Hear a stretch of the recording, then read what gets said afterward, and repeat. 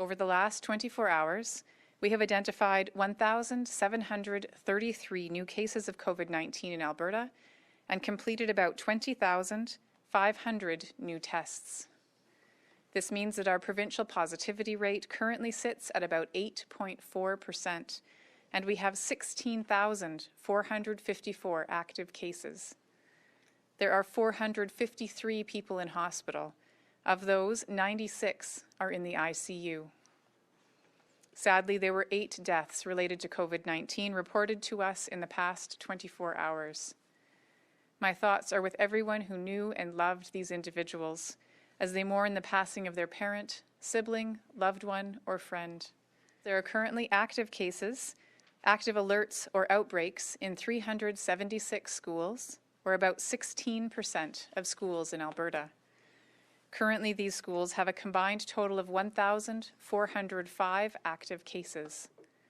This number includes 203 schools with outbreaks, including 88 currently on the watch list. With students in grades 7 to 12 moving to online learning today, we can expect to see a reduction in the number of cases, outbreaks, and alerts attributed to schools in the coming days. I do want to be clear, there is a lag time between actions and results. While cases may not be attributed to schools as students are at home, they will still be reflected in our overall active cases. Like all Albertans, I am alarmed by the rising case numbers reported today and over the weekend. This is another reminder that COVID-19 has a long incubation period, meaning the actions we take today will not be seen until 10 to 14 days from now. I suspect that we will continue to see cases and hospitalizations rise over the next several days as we wait for the impact of the restrictions that were announced last week. Each of us must remain more vigilant than ever.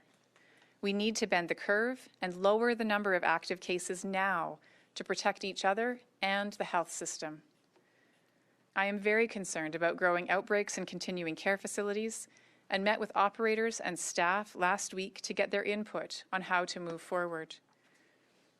We also continue to see a growing number of other outbreaks, including a recent outbreak at the Calgary Remand Centre.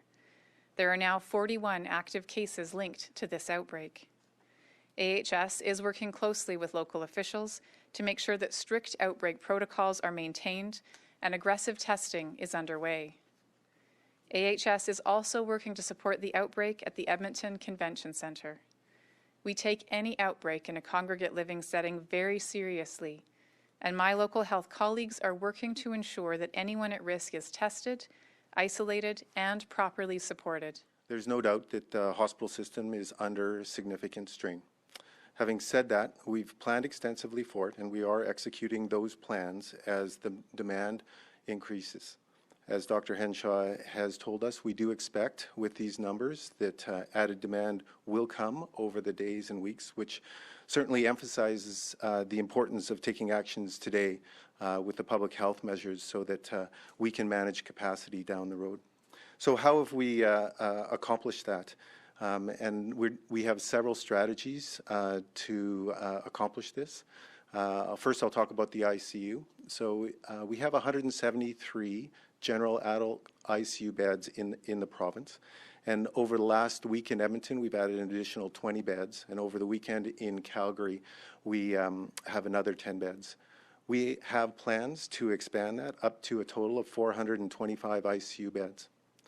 In hospital, we're also maximizing our occupancy by cohorting patients, by using decommissioned spaces or other spaces that aren't being used at this point in time, and planning for an additional 2250 beds in total for this response. Obviously, we hope that they won't be needed, but we are working not only to supply them, but also to staff them.